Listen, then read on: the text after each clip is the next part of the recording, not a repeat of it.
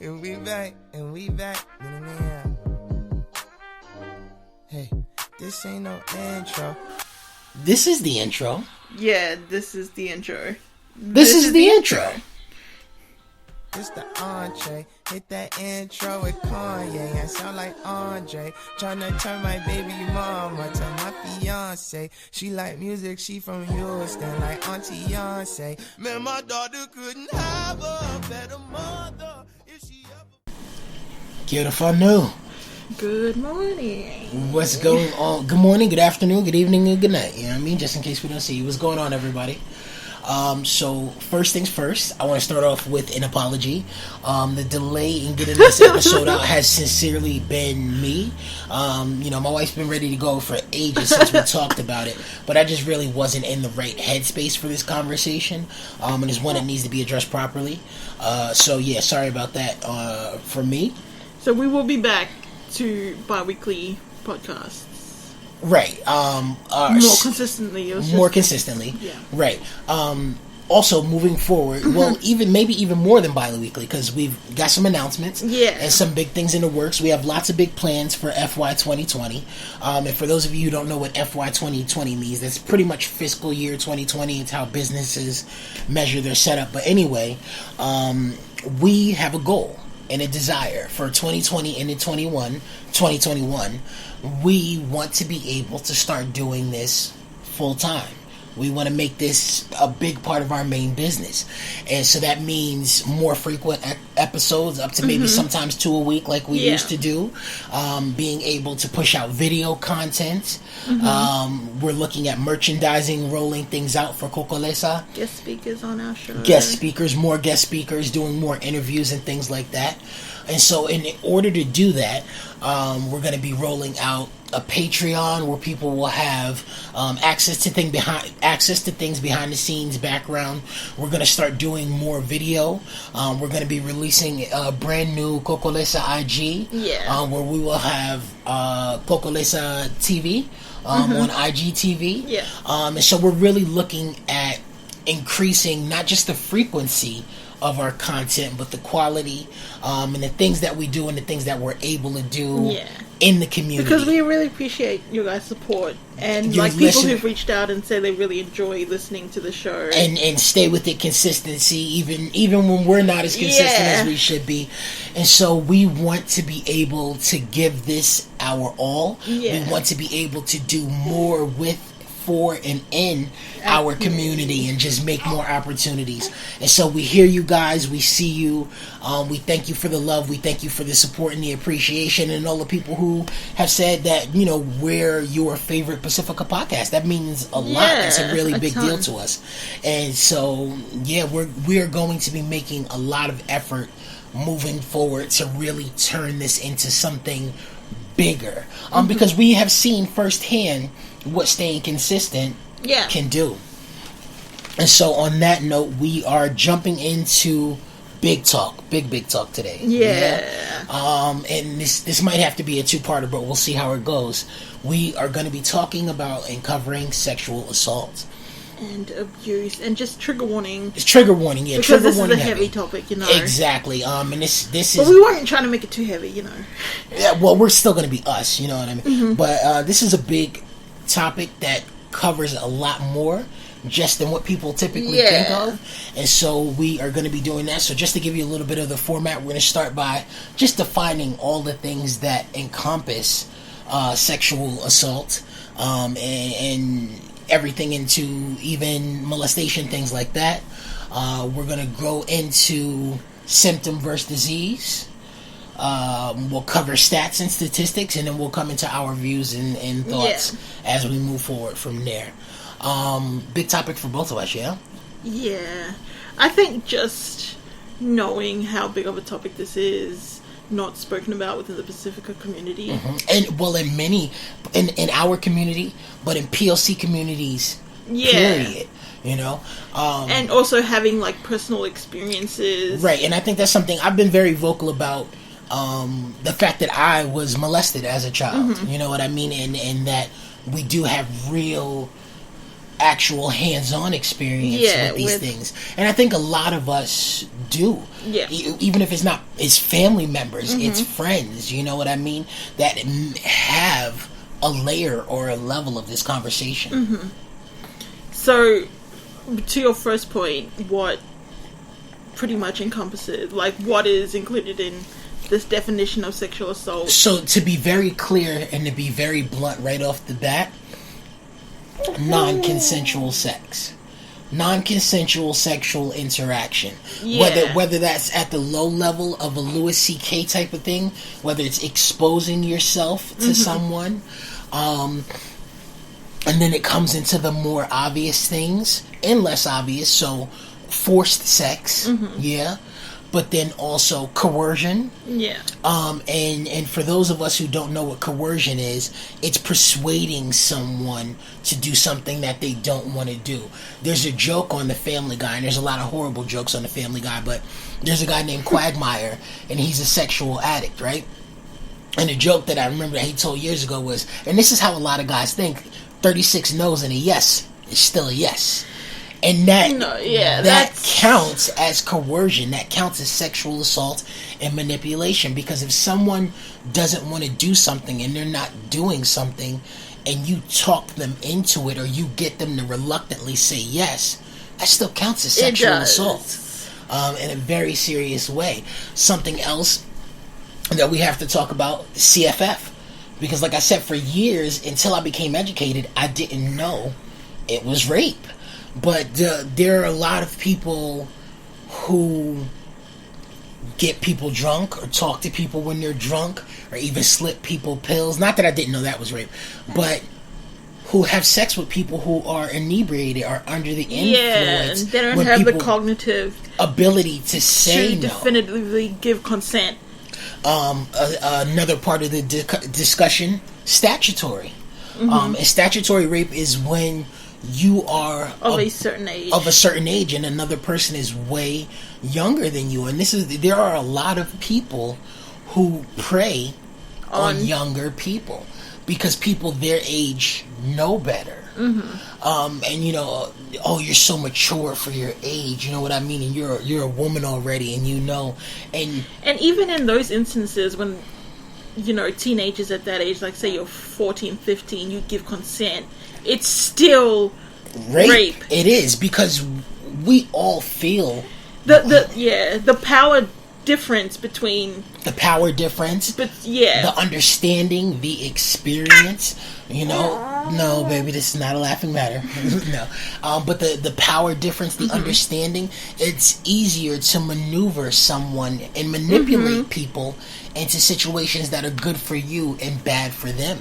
And there are a lot of examples of this. Even besides those gross dudes that we know, even in college, who are dating high school girls. There was one of the biggest cases. He's still married to her today, but it was a Balangi teacher, a white teacher. Yeah, that's a very famous case. Yeah, and she was sleeping with her male student who was like 12. Pacifico. He was a Pacifico guy. Was he? Yep. Crazy. I didn't even realize that. I thought he was Mexican, but that makes sense why he was so goddamn big. Anyway. He was Samoan. He was 12, and this white woman started a relationship. She was married. She had children. But she was in love with this 12-year-old. And this woman wanted him so bad and had sex with him so many times that she went to jail 3 times. And I mean jail. They put her ass behind bars. And every time she still came out. And now they have children. And to this day, they're still married. And you can see in him, when you look at the pictures of him and the videos, how broken down. Like, she groomed him over time to be what she wanted, and that is like, what's that word for someone who when they sympathize with it, not sympathize, but they come to love their abuser? Stockholm syndrome. Yeah, there we go. And I feel like he very much has. When you fall in love with your abuser or your captor. And so that type of predatory behavior is definitely there. And I think on a lesser scale than that, something even like so small is when, like, there was that whole thing when John Key, he used to be the Prime Minister of New Zealand, he would like it was like this big scandal. He kept pulling at this waiter's hair. No matter how many times she said no, he kept playfully touching her hair, and that in itself is a. But even into that, everybody's been having the Joe Biden conversation. Yeah, like about how women of all ages, especially young girls, the way he pets and touches them, or smells their hair, or puts himself uncomfortably close to them. And people don't think, a lot of people don't. I put that in the realm of sexual assault. It and is. I know some people don't, because it's not. A lot of people don't think, a lot of people believe that if it's not penetration, then it's not sexual assault. But that's not true, and it's not the case. Because there's a lot of things that you can do to people without penetrating them that will damage and traumatize them. And this uninvited behavior falls into the lines of that. And there's a lot of people that are going to be uncomfortable by this conversation because they know people who do these things. But even a conversation that we talk about, that I've seen people talk about in the black community, and I know it definitely happens in our Pacifica community, we all have those older men in our family and our uncles, and instead of giving them a hard time, don't dress like that. You know there are grown men around. Why are you wearing those clothes? Why are there grown men in your home that are looking at your daughter in that way if her shorts are short? Exactly. Why should your children not feel comfortable and safe to dress in their home or to be relaxed in their home? Why? And so let me see. Are there any things you think we missed in terms of defining sexual assault? Because that takes us into the next part of the conversation. Well, just one thing that popped into my mind is, like at family functions, there's always that one uncle who's like, "Oh, come sit on my lap, come sit." That, to me, is also It is, and it's very gross. I mean, we can even look at Jake the Muss. From Once Were Warriors. Yes, Once Were Warriors, but that's a prime example of. So I'll give you the numbers, but most sexual assault happens from people we know. It does. 9 times out of 10, it's not a stranger. It's people you know, are familiar with, have grown up with. And so safety in your home is really a lot about who comes into your home. Who you because allow there's a level. Again, this takes us into the next part of the conversation. But there are a lot of men who have an uncomfortable level of comfort with young women in the family and the culture. Something I was very conscious of when Mahua Kia was born is that I was not comfortable with older men, even when she was a baby, how comfortable they are kissing female babies on the mouth. I'm like, nah. or for me, it was very hard for me to let other people hold her that weren't people that I intrinsically trusted. So and that's very common nature. Pass the kid around, let everybody hold and have time. But that's the thing. I trust a certain person to hold my baby, but then they feel like they can just pass the baby on to someone else, and I'm like, I pulled E up on that because listen, you know how much I enjoy his family. And and all of his sisters that I know, I'm comfortable with when we were at Peyton's first birthday party. And I'm good with them. But there was one sister I didn't know. And if I don't know you, we don't just automatically assume you're good to hold my baby.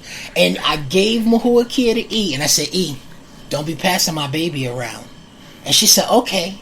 And I'm watching her the whole time.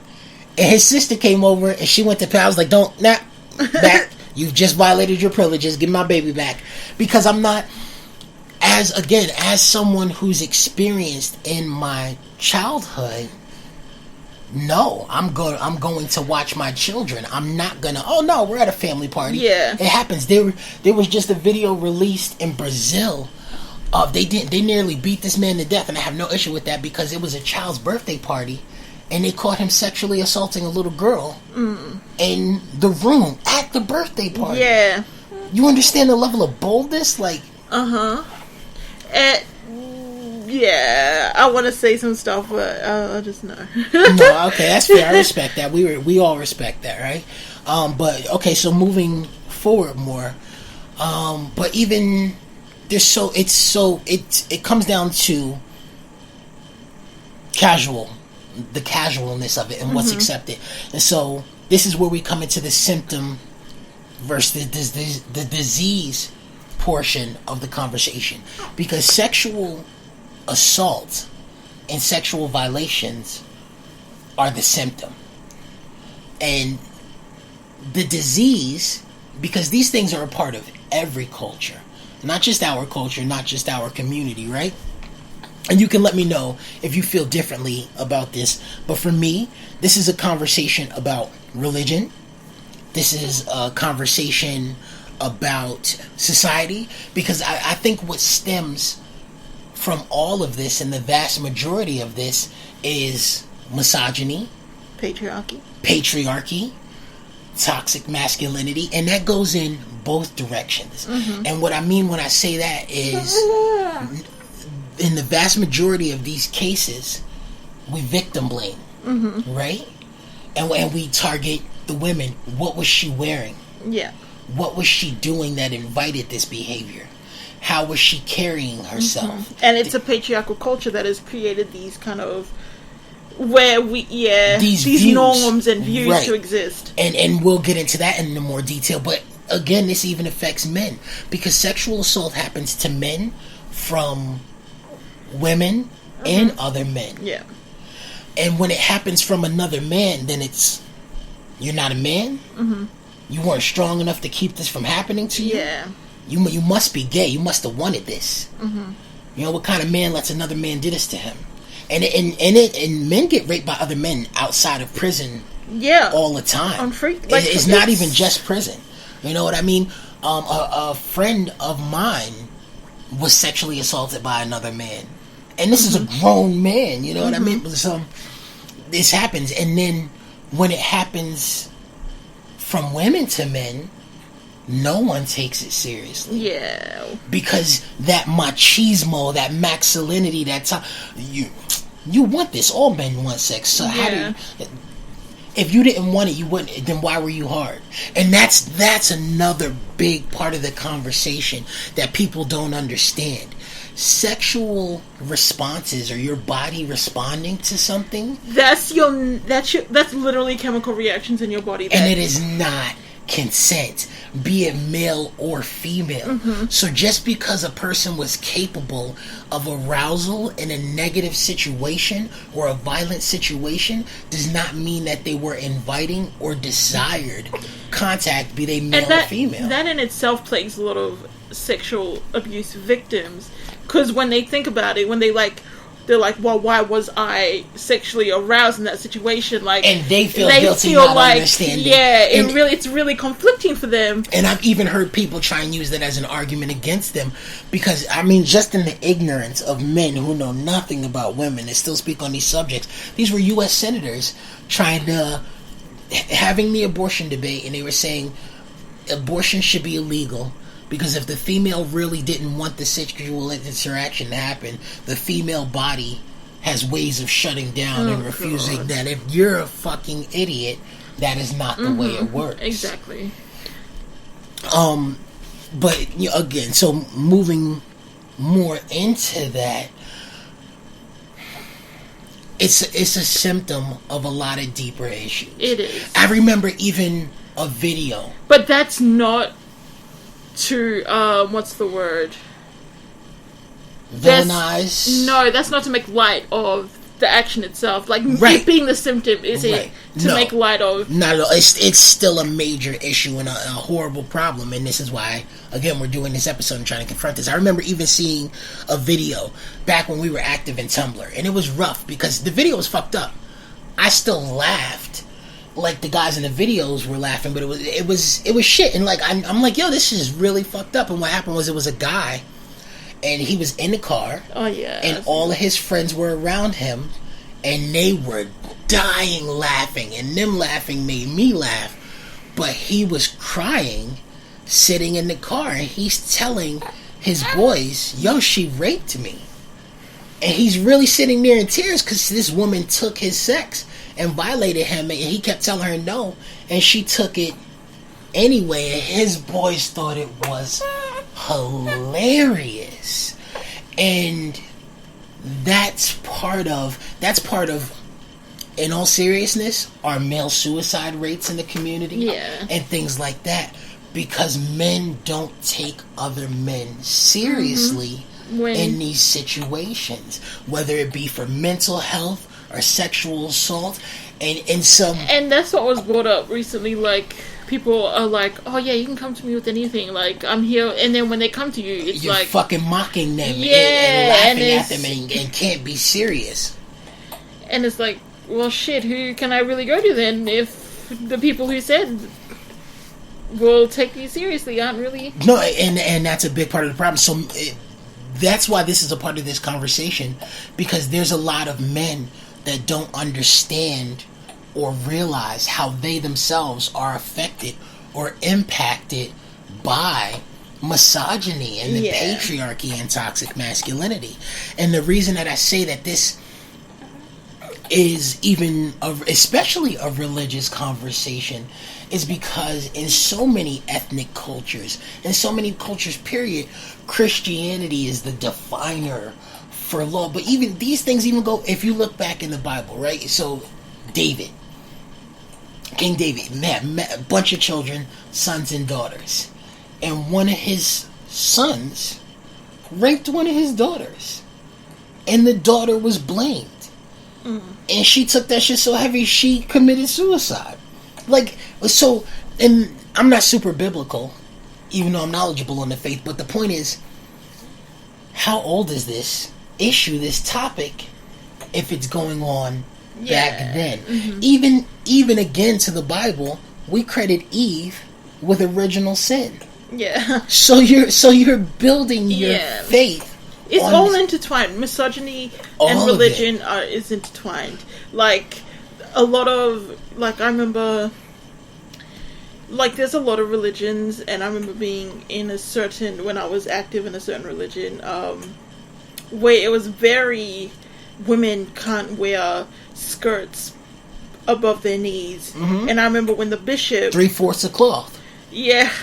Like, you can't wear singlets, you have to wear shirts. If you have respect for yourself and you are a respectable woman, and then I remember, you need to cover yourself. And I remember something that was said all the time is that we need to dress this way so as not to tempt as the men, like the young men, because they're trying to... But I'm like... But where's the same effort to teach those men to have control of themselves, of their fucking respect. Base instincts, like. And I remember, but they implement that a lot in schools. Exactly. No shirts below the shoulder, no pants above the knee. And I remember one thing that really, it really like set me off was when the bishop came in and took a few women out because their skirts were above the knees, and he gave them a good talking to, like, no, you need to. And it just frustrated me because these are like 12-year-old girls that he's taken out to talk to about, you know, their clothing and their choice of clothing, and it just... And this is like the highest person within the... But even down to that, so in this doctrine, in this setup, in this view, even outside of the church, a woman's always responsible, but a man should always be in control.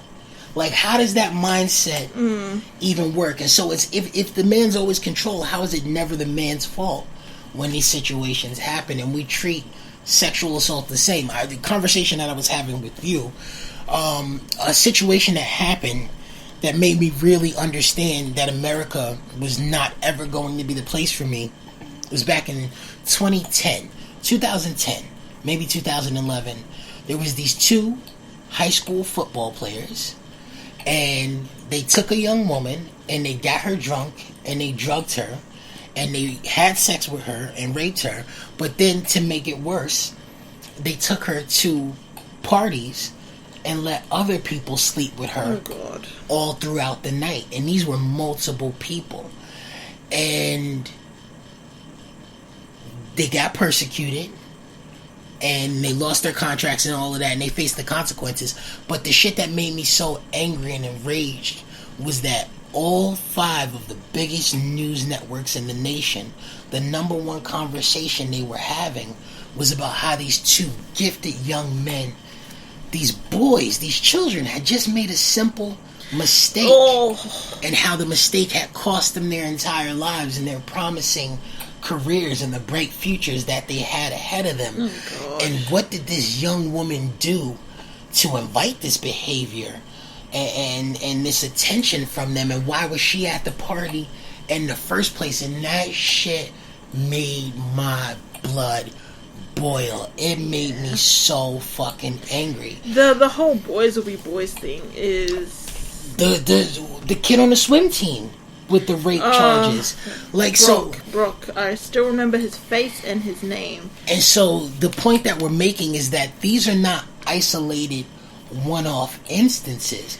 Responsibility is always laid at the feet of the victim, namely the female in most cases, and it's almost never leveled at men. And so it is so hard to prevent sexual assault when, one, we don't have a proper understanding, or we don't share a proper understanding of what displays it, because it's a taboo to talk about it and address it, and whenever it does happen, it gets covered up. And then 2, we aren't living in a society where we are properly educating or influencing men to... So if you're thinking about, like, if you're wondering, well, how does what we're talking about in terms of misogyny and patriarchy even, like, relate to sexual abuse? Well, it's the misogyny and patriarchy that have created the environment in which sexual abuse can thrive. Exactly. It's created the... Well said, Mama. Well said. Yeah, and... It's created, the ability for these things to happen. Oscar Wilde once said, everything in life is about sex except for sex. That's about power. And so the reason I say that is because a lot of these situations aren't just sexual. It's a portion of it. But a lot of these situations are about power as well. And this plays into the misogyny conversation as well, because we have this view and this mindset that... And now listen, I will own up to my toxicity in this, because I remember we used to play GW2, and one of the Norn quotes is "Might makes right." And you thought I made the character say that, and it wasn't. It was built into the game because you knew that is part of my belief. I believe in strength. I believe the strong have the right to choose, and that too is toxic, and I acknowledge that because might makes right is a part of this, and this is why. So there's something that shoots down that conversation of why didn't she just say no? Why didn't she fight harder? Women literally die every day for refusing even casual advances of men. If it, at the least, they're torn down and degraded and taken apart when they're not interested in someone. But not even at the worst. On a regular instance, women are murdered for saying no. Okay? And rape happens often in these situations. But what frustrates me a lot is when people are like, oh, why didn't you fight harder? Your body literally has a flight or fight response. Not only those 2 instances, but it also freezes. Like, you don't move. Like, you're in shock that this is happening. And it's not until after that you realize... So the whole "why didn't you fight" thing is just null and void. It doesn't... And even beyond that, if you're dealing with someone who's 3 times your size... outweighs you completely, and is willing to be violent with you... And then I don't want to get too graphic in that, because I know of situations where violence is... A man who is willing to rape, violence is a non-issue for him. He is willing to go to that. And so if someone is beating you or violently hurting you and damaging you, and you haven't experienced this before, you fear for your life. And all you want to do is stay alive, and you are going to do what that person tells you to do. And this is where we come back into the conversation about sex is about power and the misogyny thing, because a lot of the mindset in our culture is a strong man shouldn't be desired anything and denied anything. And if you are a real man, you take what you want. You don't ask, no one gives you. And so when you have this entitlement in your mind that you've been raised with to believe in, and you believe you take what you want and things are yours, you're not, how do you respond when someone tells you no? You take it anyway. And there's a lot of objectification of women as well, treating them as items and things. So if this thing is property that's meant to be owned, and this property tells you no, who is she? Who are they to deny you what you want? Is she stronger than you? Can she stop you? So why would you let her? And that is a lot of how these situations take place. And you can hear this in the conversation of the incels. She told me no. You know, but if it was one of those piece of shit guys who treats her bad, the nice guy mentality that's so toxic. Oh my god. I know we're like getting to the 30-minute mark. It's fine. But, we said if we need to, we'll break this into 2 parts. So, oh my god, just on that topic, what's his name? I remember very clear in my mind, Roger Elliott. I read his manifesto. I probably shouldn't have because he was a shooter. He was a white supremacist shooter, I guess, and he shot up a school, I think, a university. And I read his manifesto, and the whole premise of his manifesto was that, so he was like a very educated guy. He had money. His parents had money, and women denied him. So he was wondering, well, like, why aren't women interested in me? And why, like, if I have all these things, I'm educated, why? So he felt entitled to these people, to their sex and to their attention and to their and affection. When he didn't get it, he chose to murder people. Exactly. But and that's a prime example again of the entitlement of this is mine, of you're mine, and if I want you. Even something that took me years to understand, we watched Legends of the Fall together, and remember, he wanted Susanna and she didn't want him, and he said, listen, I know you don't love me, but you can grow to love me if you give it a chance. And a lot of people think like that, like, oh, you know, you may not feel this way about me, but give it time and you'll feel this way, so be with me because I want you. What you want is not a factor in it. And it's that entitlement, that ownership that people think they have over women. So I, just breaking into a few of my points around, I wanted to specify specifically in regards to the Pacifica community. And one of the points that I had was pretty much what we're doing now is just breaking the taboo around topics of sexual assault in the Pacifica community. Because you hardly hear about this stuff. You do hear about it, but we've kind of branched into that before, and that's for multiple reasons. So first part, it's always seen as the female's fault. Second part, why would you embarrass our family? Exactly. And so a person's suffering, a person's damage, their trauma, a person's injury is less important than the image, than the family honor, than the family pride, than exactly. how we look to other people. But it's not only is it this is your fault situation, but we don't want people to think this happens in our family. Why would you put him in this situation? Why would you put us in this situation? No, we're not going to talk about this. And it's conversations like we're having that break the taboo, but it is really hard, especially because you get backlash when you like bring it up.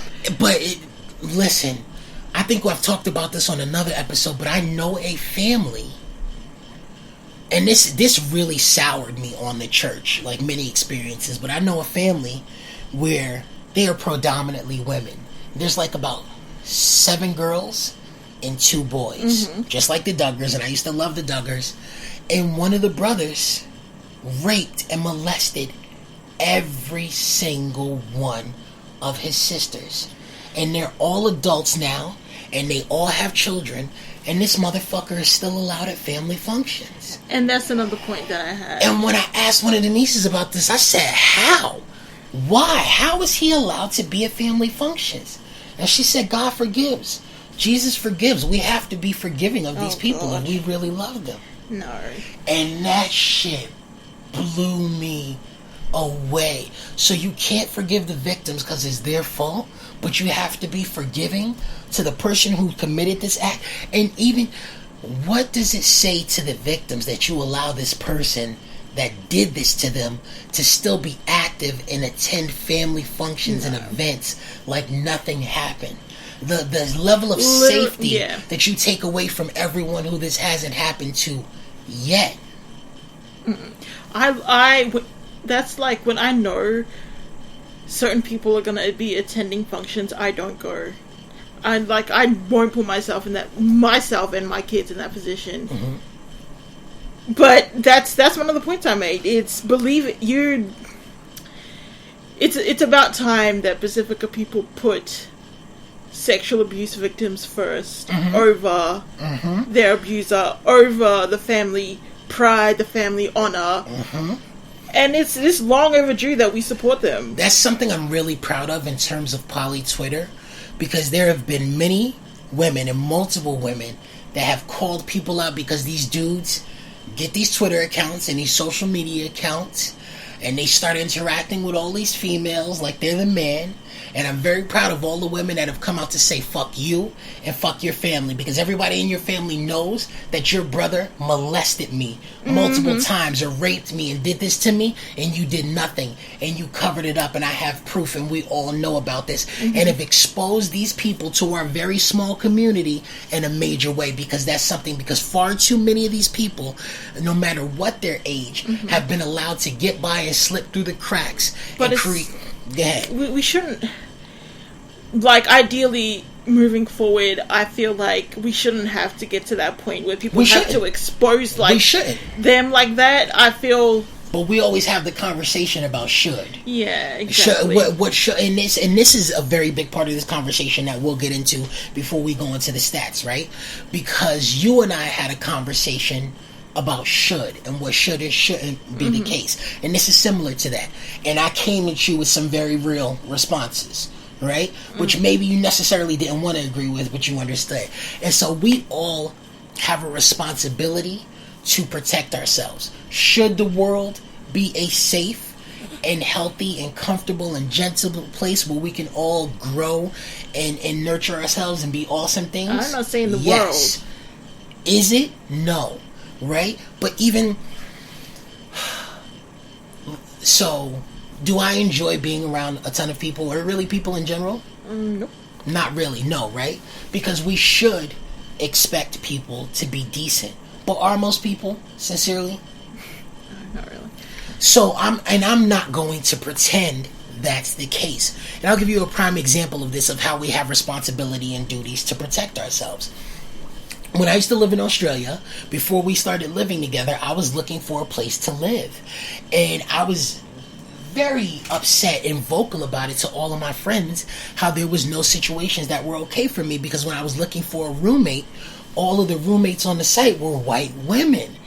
And my boy, one of my closest friends, was like, bro, you're being racist. You gotta chill with that. And I said, if you, as another man, don't understand why it's not safe for me as a big dark-skinned man to live alone with a white woman, then that is something I can never explain to you. Because especially in Australia, if that situation, it could be a conversation that went wrong, and all that needs to do is turn into a rape accusation, and I am automatically guilty until proven innocent. And that's another part of this conversation that we have to address in the second half as well. But we all have a responsibility to protect ourselves. I tell all of my female cousins, my younger sisters, whenever they get ready to start college, and in some cases even before, you have to be careful of all men. All men. And I'll give you 2 examples of why. And I tell them, listen, it's not the men that you know are creepy. It's not the ones that are jerks and that you look and you're like, I don't want to be around him. It's the dudes you trust that you have to be careful of. One instance of this, on a casual note that's not too intense, I had a friend who's been a lesbian for years, and this guy has been her friend for years. He was friends with her partner, and they were just hanging out, chilling on the bed, watching movies because they were comfortable like that. And he kissed her. And she said, what the fuck are you doing? And he said, I thought we had a moment. And she said, you're friends with my partner. You know I'm not interested in men. And so even if a man won't actively pursue you, he won't deny the attention, and he won't, and a lot of them won't not take that opportunity. And then in a more extreme version of that, when I was in Oregon, I had a friend. She was hanging out with a guy that she thought was cool, and she even wanted to, you know, have sex with him. And he didn't even give her the opportunity to get to that point because he didn't know if it was going to happen. So he drugged her and had sex with her while she was drugged. Yeah. And this was someone she trusted. Yeah. And so we have a responsibility to ourselves, and I'm not victim blaming, and that's not what I'm making an effort at, all to do. But we have a responsibility to ourselves to be cautious and to take every precaution. And should you have to? No. But the reality is that if we don't, we are more likely. And what we're is not that? saying like lock yourself in the house. But if you're going somewhere, travel in twos. You know what I mean? This is my sister. This is my cousin. This is my close friend. No, and I love that there are women that do that. No, we leave together. Yeah. We came together. We leave together. We're going to the bathroom together. We're coming back together. No, she doesn't want your number. No, you can't buy her any drinks, but thank you very much. You know what I mean? And I really have love and respect for women that protect each other like that. And even I make an effort, and I make it a point to do that. So I just hung out with one of my female friends that I've been friends with for years, and we haven't seen each other in ages. And we were talking about how a party that we were at, we thought this guy was cool, and he was cool until he got drunk. And this nigga was married until he got drunk. And then he was rubbing all over her legs and all on top of her in a way that she was not comfortable with. And she was afraid to tell him, please don't do this. And she, and he wasn't into it. And I had to step between them because she was sitting on the wall. And he positioned herself between her so that she couldn't even get off of the wall. And he's dancing on top of her. And I'm like, this motherfucker. And I had to push up on him and be like, bro, this is not okay. And he was upset with me. Like, what are you talking about? She's having a good time. Everybody's... so you have to look out for your friends because there are a lot of people that you think, oh, nah, this is like my super strong friend. And you get into these situations and people freeze up and they need help. Just because a person didn't know how to ask for help doesn't mean they deserve for something to happen. And so part of protecting yourself is being and interacting with someone you can trust. Especially environments where men or predatory men are predatory people, period, are more likely to hang out and create these situations. Yeah. So you want to jump into the stats from there? Sure, we can jump into the stats. So just to give you guys an idea of the numbers, right? So, and I've taken these stats from all over the world because our listenership is all over the world, right? So in South Africa alone, women are raped every 17 seconds. That's a staggering stat. Every 17 seconds. That's insane, right? In 2009, Amnesty International recorded over 20,000 reports of rape cases. These numbers are from Amnesty International. In 2009, they took over 20,000 reports that women are raped every 17 seconds in South Africa, right? Wow. In New Zealand, 1 out of 3 girls in Aotearoa will be sexually abused before the age of 16, and 1 in 7 boys. Say that again? So in New Zealand, 1 out of every 3 girls will be sexually abused before the age of 16, and 1 in 7 boys. Yeah, that's ridiculous. And in New Zealand numbers, people ages 16 to 24 are 4 times more likely to be sexually assaulted. Yeah, those are staggering stats. And I'm shocked by them, but I'm not surprised by them. I don't know if that makes any sense, but No, I get you. And so the other thing that they said from these reports and studies that they did is that vulnerable people are more likely targets.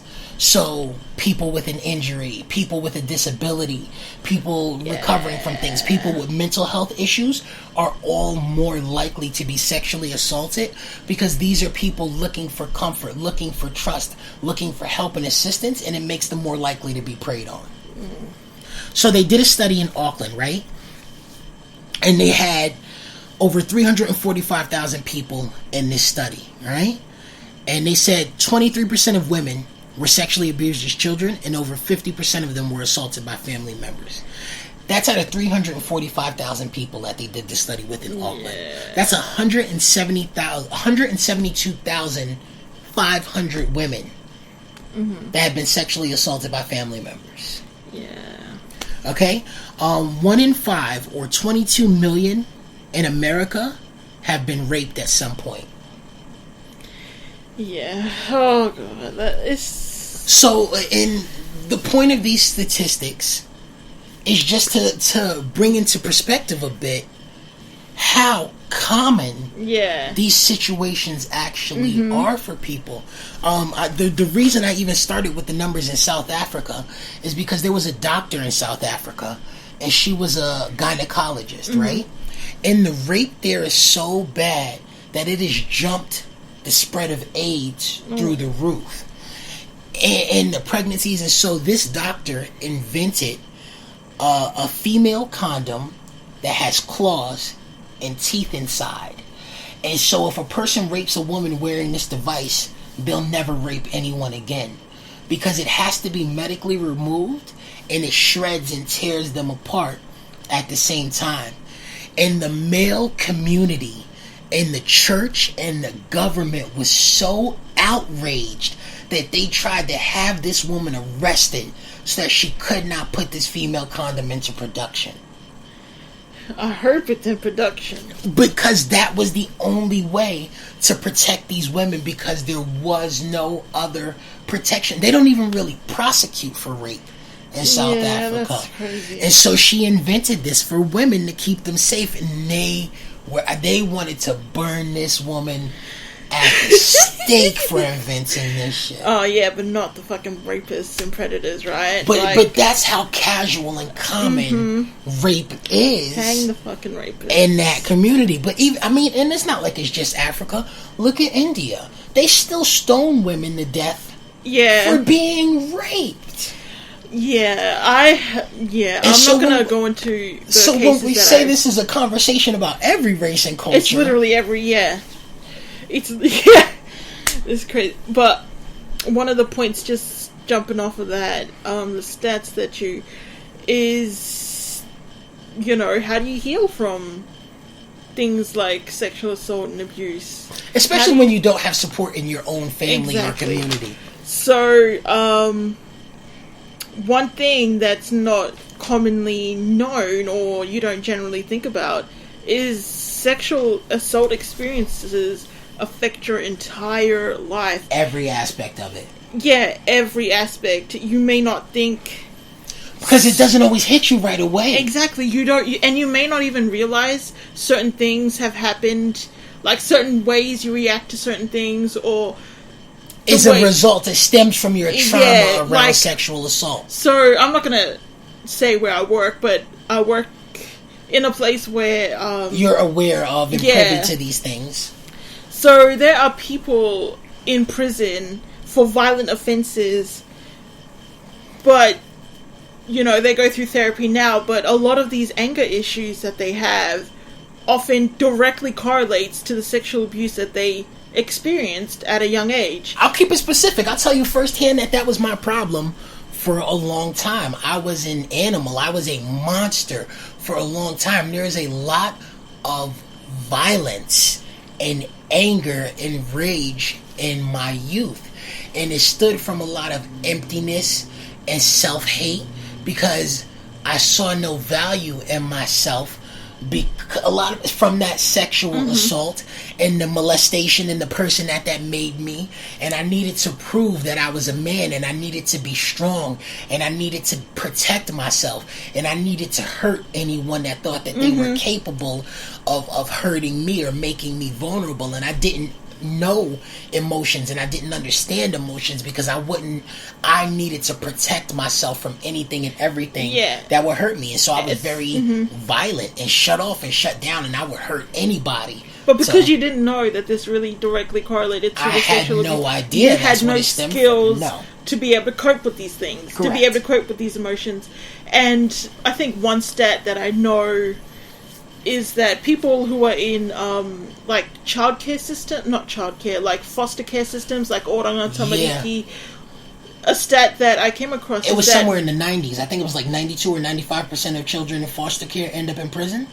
Yeah, but especially the ones that are sexually abused, because sexual abuse is actually quite rampant within the foster care system, and that's why they end up in prison so much. They end up in prison for a lot of violent offenses or drug-related offenses.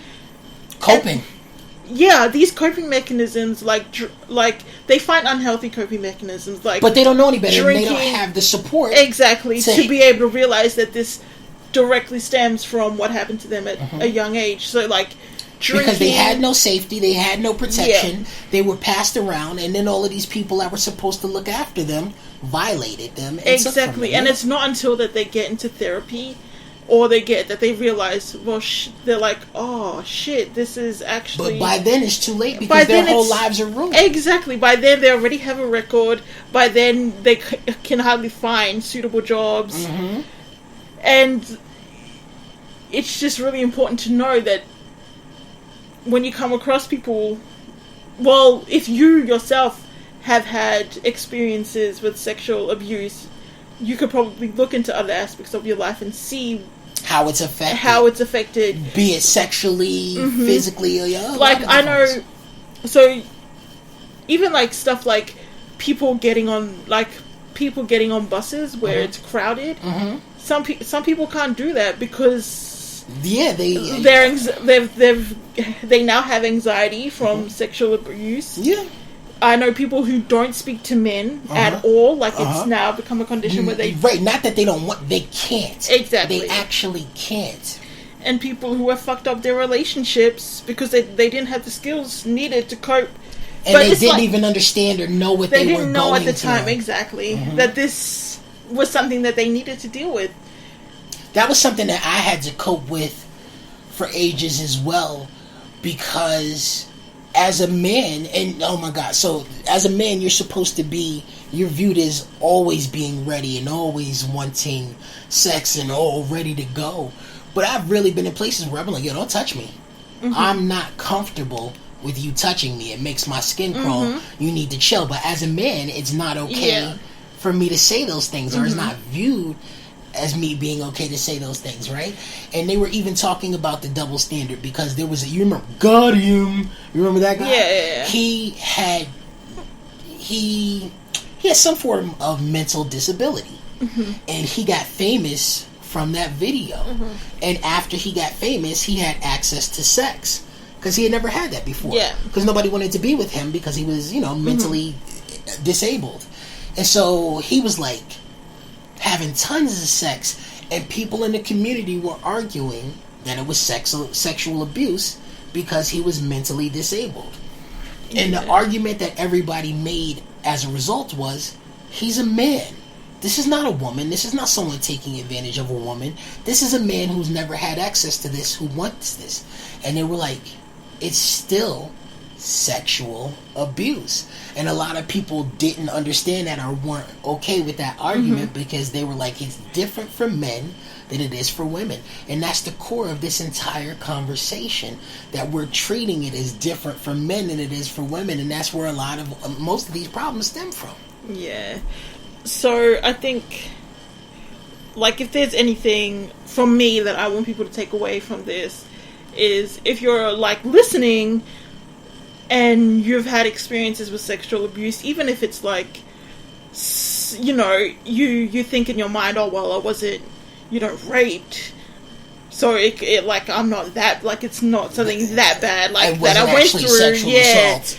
But even if it's something small that happened to you, but it's still like it's affected you. It's affecting you. It counts. You're validated in it. Like this actually happened. It happened. It's sexual abuse. Don't think otherwise. 2, finding help earlier rather than later is super, super important. I think it's very crucial. And there are avenues that you can go to for free avenues, because I know not everyone, and you guys know who you are. A lot of us, and not all of us, have the ability to talk to our family or friends about these things in a safe capacity.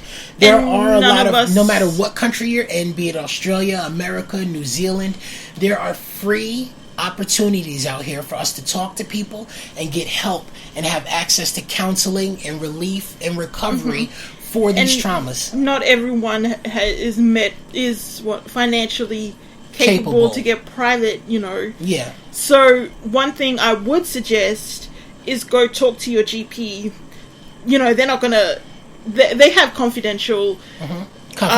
Yeah, they're not gonna tell you a thing to the whole world. But if you go talk to them, community, but if you talk to them, especially if you're in New Zealand, if you talk to them, they can lodge an ACC claim for you to be able to access help for free. Like, you don't have to pay for it. So the point that we're making is you have options, you have avenues, and even if you guys want to contact us on Kokolesa on Twitter, the IG will be up soon. We are willing to help people reach out and find the help that they need to deal with these issues and things that they've been living with for a long time, because like I said, and like we said, we know that these things are real and a part of the community. So I think that's something we'll do. We'll link places where you can go to for assistance. Yeah, we'll post on Twitter places that you can get help on IG, and we might even put it in the description of some of these episodes. Yeah, and so on that note, I think we're going to wind this down because we're already jumped into an hour, but we love you guys. We appreciate you. And we would love to hear from you guys. If you guys would. And we have heard you so far, and we're thankful for all the love and attention and time that you've put into our cast, and we are working on bringing you way more a lot sooner. Thank you for having this talk with us. We hope see you very soon. Week. For sure, next week. We hope we didn't trigger anyone too heavily, and we hope that we've done what we always strive to do and bring awareness and knowledge and education to this topic. Yeah, and hope you guys have a good weekend. Yeah,